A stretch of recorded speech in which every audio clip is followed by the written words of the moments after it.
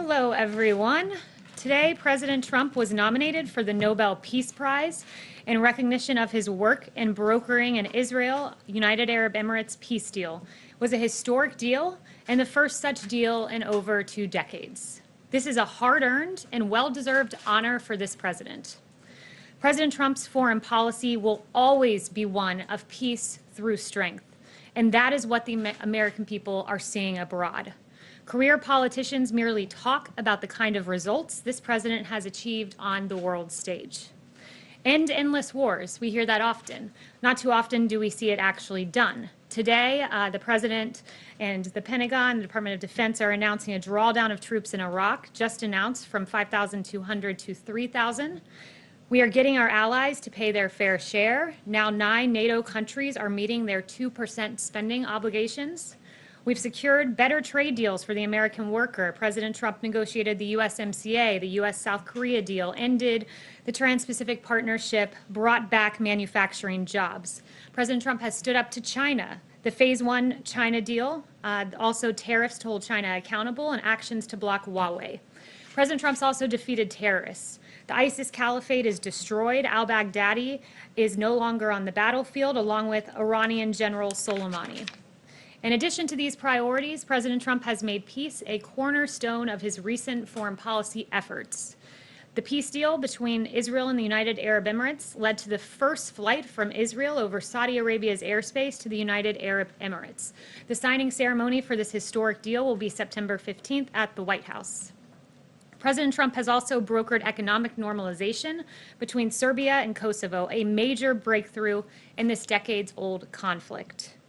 It's a fact. President Trump has broken the 39-year-old streak of American presidents either starting a war or bringing the United States into an international armed conflict, as a Great Washington Examiner piece headline read.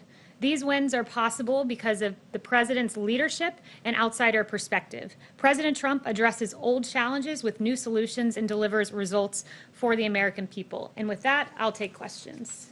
Paula. Haley, thank you. I'd like to ask you about the Woodward interviews. Did President Trump intentionally mislead the American people about the threat of COVID, a pandemic that has now cost the lives of nearly 200,000 Americans? Absolutely not. This president, at a time when you're facing insurmountable challenges, it's important to express confidence. It's important to express calm. Always play it down. Is playing it down, is that expressing calm? It seems dishonest. It seems Can like you read the lie. rest of the quote? That's how much they put in there. Oh, you excluded the last part. We'll play the full thing on 60 Please Minutes do. on Sunday. Do you deny that he Explain. misled the American Please, people of about course the I threat of deny this that. pandemic? And he makes clear that he doesn't want to see chaos, by the way, is the second part of the quote, which you failed to read. The president, just days after having this discussion with Bob Woodward, said this from this podium. On March 30th, he said, "I do want them to stay calm. We are doing a great job. If you look at the individual statements, they're all true. Stay calm.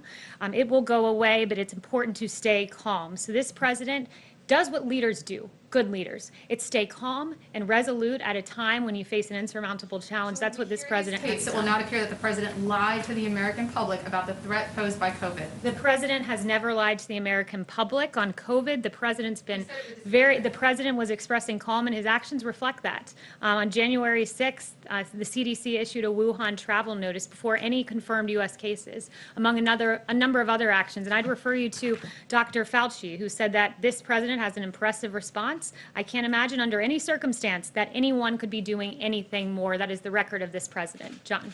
Haley, but how do you square the president's words to Woodward when he said, this is a very delicate one, it's also more deadly than even your strenuous flu, this is deadly stuff.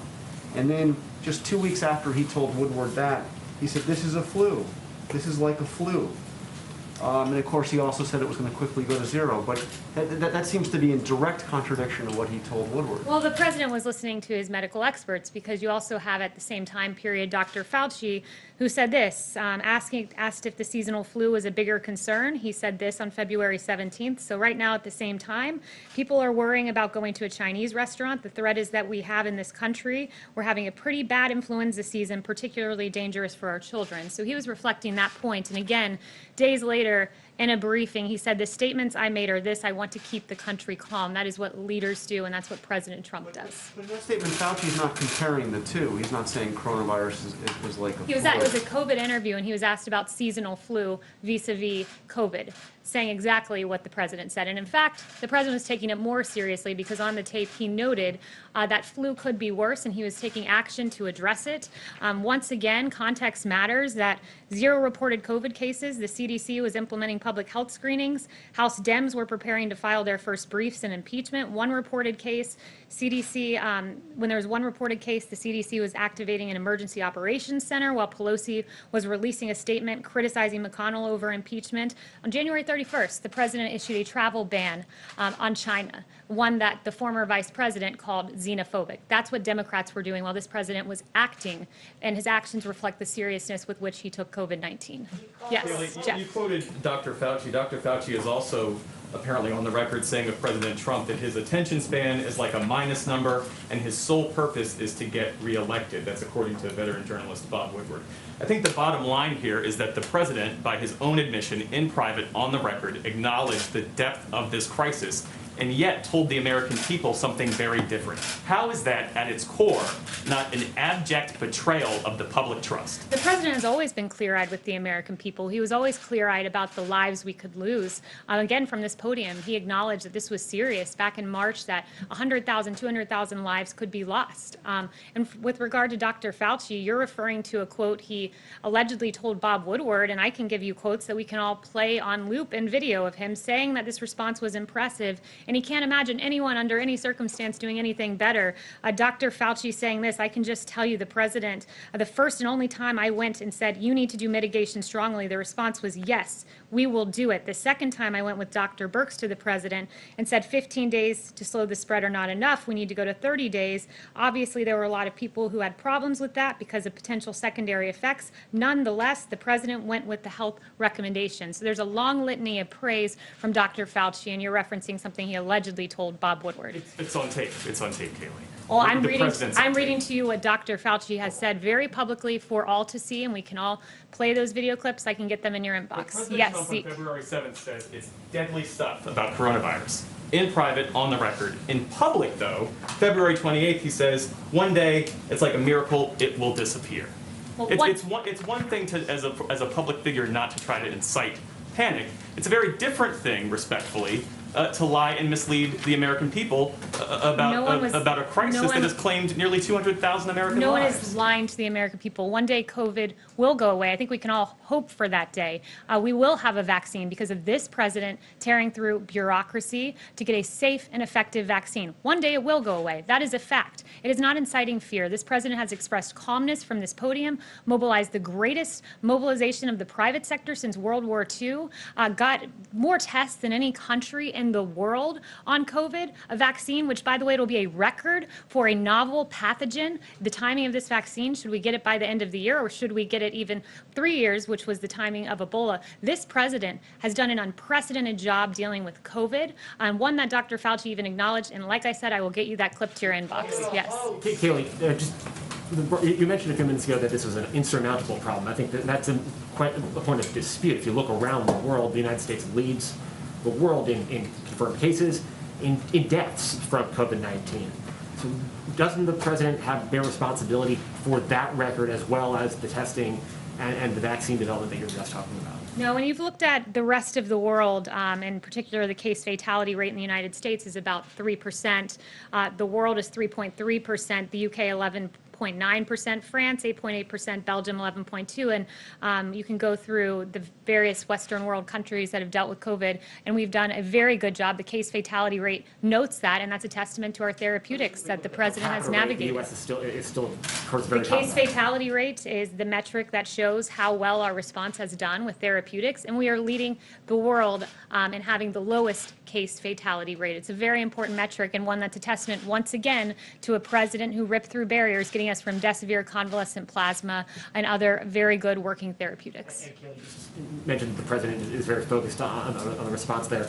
Then why did the president have thousands of people, many not wearing masks at a rally last night in a state that has limited outdoor gatherings to 50 people? Why is he going to Nevada this weekend to hold similar outdoor rallies, gathering these large numbers of people in violation of his administration's own guidance and of the best advice and guidance of local officials who he has said should have the final say in these matters. People have a First Amendment right, if they so choose, to show up and express their political opinion in the form of a peaceful protest, which is what the president held. And there's a real double standard here. CNN had on a guest, apparently a doctor, Rob Davidson, who said, now true, there are social distancing issues with regard to the protests we've seen around the country. However, this is a public health crisis. They are marching against systemic racism. So if you're allowed to march in aggregate in those protests, you are also allowed to show up at a political rally. You have a First Amendment right in this And have a country. responsibility to keep people safe. Mario. Thank you, Kaylee. How can a president bear no responsibility for the almost 200,000 lives lost when he downplayed the virus initially and he knew that how contagious and deadly it was? I don't understand how that can. The president never downplayed the virus. Once again, the president expressed calm. The president was serious about this when Democrats were pursuing their sham impeachment. He was expressing calm, and he was taking early action, and his actions are reflective of how seriously he took COVID. The tact that he took, the language that he used? No, You said that he used hopeful language. Does he regret that, given where we are now? No, this president embodied the American spirit that when we face a challenge, a crisis, a pandemic, we come together. We can be optimistic. We can be serious about it. We can take it seriously with our actions, which is exactly what this president does. It's why we lead the world in testing, doing far more than the number 2, which is India. He took this seriously, but he still expressed calm. Our food supply chains were at risk, that we could not have mass runs on grocery stores. The markets, also the economy was in play here. We didn't want there to be a huge crash and panic. He expressed calmness from this podium, but he has always taken it seriously, and the response, an unprecedented response, really reflects that. Yes. Thanks, Kaylee. I wanted to ask you about the AstraZeneca trial. So does that throw a spanner in the works that they've halted those trials in terms of getting a vaccine quickly? And then I have a follow-up. Yeah, so the AstraZeneca paused their trials. Phase 3 clinical trial was a routine response when you see an adverse effect, and it was one that shows that the science is guiding the way here. And when there was an adverse response that was identified in one individual, AstraZeneca chose to pause that Phase 3 clinical trial. There are still 2 American vaccines in Phase 3 clinical trials showing great promise, but AstraZeneca, what is happening there is showing that the science is guiding the way on a vaccine, which is what Dr. Fauci, others like Alex Azar and the president have said all along.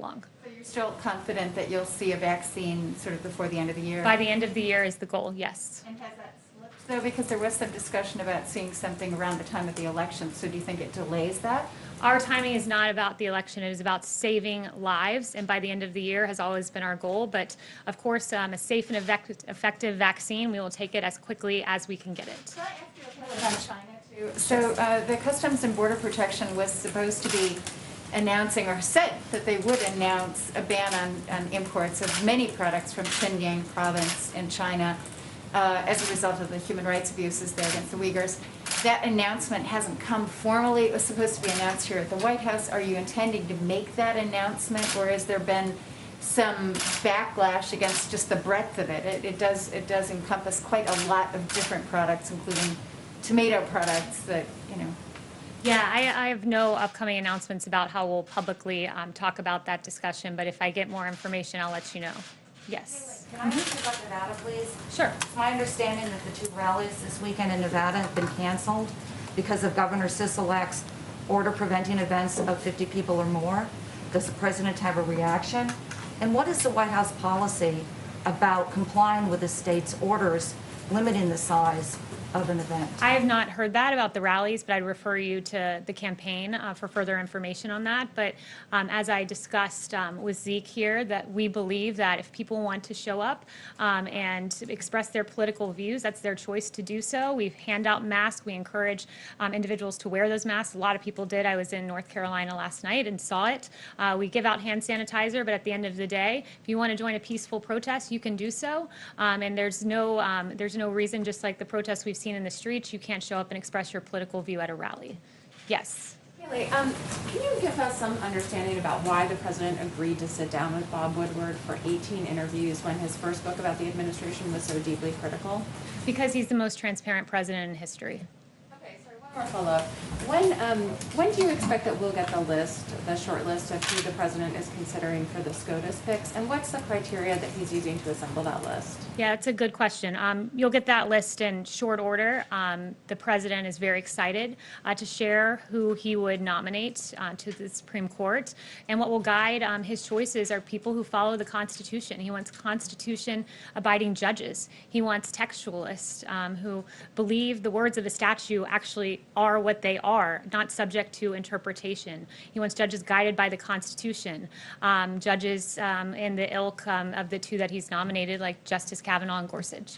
Yes. Thanks, Kaylee. Did the president or anyone at the White House have conversations with the Department of Justice about their decision to intervene in the E.G. and Carroll lawsuit? And if so, what were the nature of those conversations? I'm not aware of any discussions that have been had. The president has claimed he signed the most favored nations executive order on prescription drugs. He mentioned this again last night. We haven't seen the text. Has he actually signed the EO? And if so, when will we see the text? And can you tell us what the status of negotiations are with Pharma? Yeah, so the EO I believe he's referring to there is the previous one he's signed. A provision of that was most favored nation, which means that for Medicare programs, you have two ways to get prescriptions, Part D or Part B. Part B are drugs you would receive at the doctor's office, and the executive order tells the secretary to peg prices for Part B to a most favored nation price to make sure that American citizens are getting their medications at a price equally as cheap as other countries. So that was the initial EO I believe he was referring to, but any updates, I'll let you know in the upcoming days. Yes. Thank you, Kaylee. Just following up on the coronavirus issues, how is it not misleading for his advisors to tell him and compare this virus potential to the Spanish flu of 1918, but then for the president to say that this could disappear by April? The president, again, was expressing calm. The president was hopeful that, COVID that we would be able to manage this and handle it in a way that we can make it go away as quickly as possible. And the president rose to the occasion and did just that. This was a lot more, by the way, it's worth mentioning, the misleading that the WHO and China did on this. When you had the WHO, they were repeating China's claim that the virus does not transmit. This was a novel virus no one had seen, and you have the World Health Organization saying this virus does not transmit readily. That is the information we were getting. You had the Robert O'Brien said that this virus could be the biggest threat to his presidency. Matt Pottinger agreed with that assessment. And then President Trump would later say that no one could have predicted this when his own experts were predicting this. Look, you're referring to the intel community, and what the president knew was, and I've walked you through this before, on January 23rd, the intel community briefed President Trump for the first time about COVID, and the briefing said coronavirus from China is poised to spread globally, but the good news is that it is not deadly for most people. This is the information President Trump was getting, and the next time he was briefed on it was January 28th, when he was told that the spread was happening outside of China and the deaths remained all inside China. He was told then that China is not sharing key data. Indeed, China was not, because as I noted to you on January 9th, the World Health Organization said it does not readily transmit between people, and on January 14th, the World Health Organization said no clear evidence of human-to-human transmission. Clearly, that was not true. Even on February 29th, as the virus was spreading, the WHO put political correctness first by opposing travel restrictions. Note that on January 31st, President Trump put into place those travel restrictions that Democrats called xenophobic. Shame on them. Yes. Haley, on the same day the president tweeted that the virus would become weaker when the weather started getting warmer, he told Bob Woodward it was going to be deadly stuff. So why does Bob Woodward get the president's unvarnished opinion when the American people don't? He was giving Bob Woodward the same opinion he gave from the podium, and he said, I am here, I want to express calm. That is what a leader does. He has always shared the facts, he has always been forthright, and he's always followed the advice of his medical experts, like Dr. Fauci, who called his response impressive. Yes. He never said this was deadly stuff. Yes. To the American people. Yes, he did. He acknowledged that hundreds of thousands could die, and he took the right response, which was to temporarily shut down the country, saved millions of lives, and so too of his therapeutics, so too will the vaccine that's being developed. Yes. The protests in Belarus continue, as well as the crackdown on the opposition. What concrete steps the president is going to take to support Belarusians in their struggle for democracy and to stop human rights abuses? Yeah, it's another very good question. The U.S. is extremely concerned by continued human rights violations in the wake of Belarus's election. Reports of opposition figures being kidnapped, forcibly expelled, or otherwise threatened are just a few of the many methods that the Belarusian government is using in its attempts to deny freedom of speech. The U.S. is working with our international partners to hold all of those committing these abuses accountable, and we call on the Belarusian government to release all who are being unjustly detained. As for the election there was not a real election. It was neither free nor fair. It was fraudulent. The massive number of Belarusians protesting peacefully makes clear that the government can no longer ignore the people's calls for democracy. Yes. Kayleigh, how is the president keeping his promise of ending endless wars if this announcement on Iraq is just a drawdown, not a withdrawal? There are still troops in Afghanistan, Saudi Arabia, Bahrain. There's still troops. It's not really keeping the 2016 promise, is it? The president's drawing down our troops. These things take time. We want to ensure that the Iraqi security forces are well trained, and our U.S. troops have done a magnificent job doing just that. We believe that now is the time when we can make this drawdown, keep the country stable because of the training that our troops have done. So. Kind of an attempt to kind of try and make it look like the promise is being kept in advance of the election?